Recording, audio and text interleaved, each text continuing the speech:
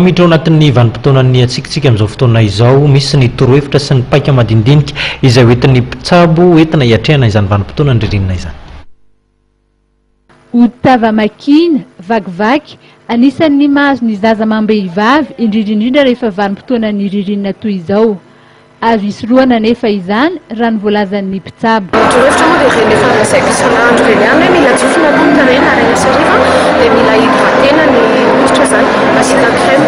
Rehefa ririnina ny andro dia mihamahina foana ny hoditry ny olona na lehilahy na vehivavy na ankizy dia tokony hovaina zany ilay crème-nao, ilay crème mahazatra mba atao matavitavy kokoa ilay taona izay vao aro amin'ilay ilay hoditra dia miaro anazy amin'ilay mavaivay sy ilay menamena sy ilay mifandrivotra. Betsaka ihany koa ny tratry ny gripa na ihany koa mikohaka rehefa tratry ny atsika.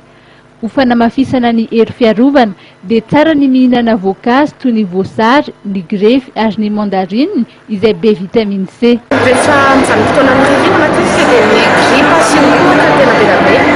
Ny antony mahatonga an'izay moa miady amin'ny atsika vatantsika dia lany zany ilay hery fiarovana, lany ihany ilay hery dia matetika mora andaina ny mitsikeretin'ny gripa. Dia iny gripa iny matetika no mitantera ilay kohaka rehefa avy eo. Ny mahatonga an'izay hoe ilay mitsikeretina vao morona dia midina any amin'ny tena, midina any amin'ny tratra dia izay no mahatonga anazy. Rehefa misy tsy fehezana moa eo amin'ny fahasalamana dia tsara hatrany ny manantona dokotera na tompom-pahasalamana.